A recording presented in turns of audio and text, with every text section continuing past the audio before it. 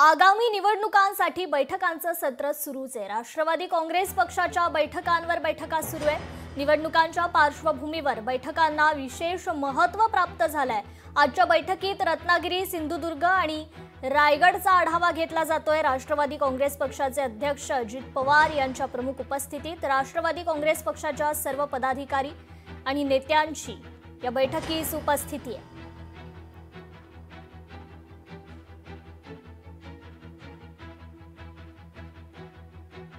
तर राष्ट्रवादी काँग्रेस पक्षाच्या बैठकांचं सत्र सुरूच आहे।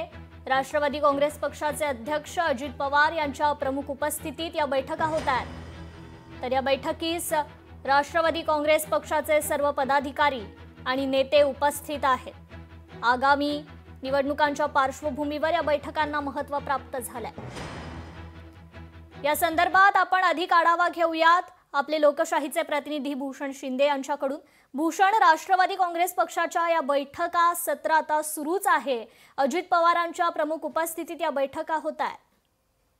नक्कीच कृपा, एकंदर आगामी स्थानिक स्वराज्य संस्थांच्या निवडणुकांच्या पार्श्वभूमीवर राष्ट्रवादी काँग्रेस पक्षाच्या बैठकांचं सत्र हे सुरूच असलेलं पाहायला मिळत आहे। स्वतः राष्ट्रवादी काँग्रेस पक्षाचे अध्यक्ष आणि उपमुख्यमंत्री अजित पवार हे या बैठकांमध्ये उपस्थित आहेत। साधारण सोमवारी या बैठका सुरू झालेल्या आहेत, त्या शुक्रवारपर्यंत या बैठका चालणार आहेत।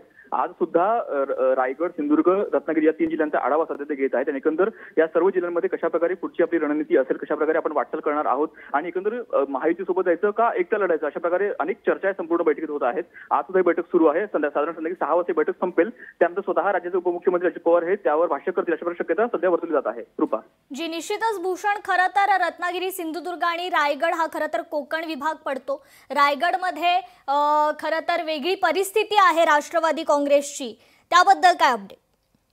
नक्कीच कृपा, एकंदर या संपूर्ण कोकण पट्ट्यामध्ये काहीच भाजप आणि शिंदेची शिवसेना यांचं काहीच वर्चस्व आपल्याला पाहायला मिळतं। मात्र या येत्या काळामध्ये पुन्हा राष्ट्रवादी काँग्रेस पक्षाला जर तिथे भरारी मारावी लागेल किंवा एकंदर पुन्हा पक्ष मजबूत करायचा असेल तर या निवडणुका त्यांच्यासाठी अत्यंत महत्त्वाच्या आहेत। त्यामुळे या बैठकांमध्ये या 3 जिल्हे म्हणजे कोकणातले प्रमुख जिल्हे आहेत त्या जिल्ह्यांच्या अनुषंगाने आजची बैठक ही अत्यंत महत्त्वाची आहे। त्यामुळे महायुतीसोबत जाणार की अजित पवार यांचा पक्ष एकटा लढणार हे पाहणं अत्यंत महत्त्वाचं असेल। मात्र सध्या बैठका सुरू आहेत आणि या बैठकीत समोर नेमकं काय येतं हे पाहणं महत्त्वाचं असेल। कृपा निश्चित भूषण, धन्यवाद आपण दिलेल्या या सविस्तर अपडेट बद्दल।